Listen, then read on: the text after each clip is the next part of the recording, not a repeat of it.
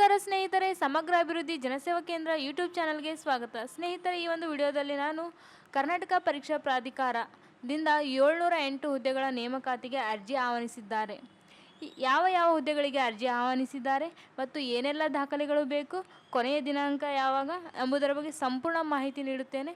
ವಿಡಿಯೋನ ಸ್ಕಿಪ್ ಮಾಡದೆ ಕೊನೆಯವರೆಗೂ ನೋಡಿ ಮತ್ತು ಈ ಒಂದು ವಿಡಿಯೋಗೆ ಲೈಕ್ ಮಾಡಿ. ಕರ್ನಾಟಕ ಪರೀಕ್ಷಾ ಪ್ರಾಧಿಕಾರದಿಂದ ಒಟ್ಟು 708 ಹುದ್ದೆಗಳಿಗೆ ಅರ್ಜಿ ಆಹ್ವಾನಿಸಿದ್ದಾರೆ.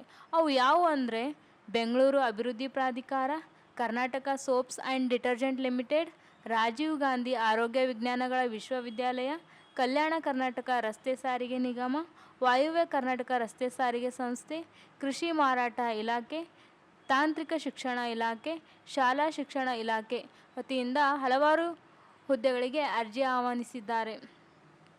ಸ್ನೇಹಿತರೆ, ಈ ಹುದ್ದೆಗಳಿಗೆ ಅರ್ಜಿ ಸಲ್ಲಿಸಬೇಕಾದರೆ ಏನೆಲ್ಲ ದಾಖಲೆಗಳು ಬೇಕು ಅಂದರೆ photo, Aadhaar card, email ID, signature, mobile number, SSLC marks card, PUC marks card, degree marks card ಮತ್ತು ಕಾಸ್ಟ್ ಆ್ಯಂಡ್ ಇನ್ಕಮ್ ಸರ್ಟಿಫಿಕೇಟ್ ಇದ್ರೆ ಸಾಕು ಈ ಹುದ್ದೆಗಳಿಗೆ ಅರ್ಜಿ ಸಲ್ಲಿಸಬಹುದು.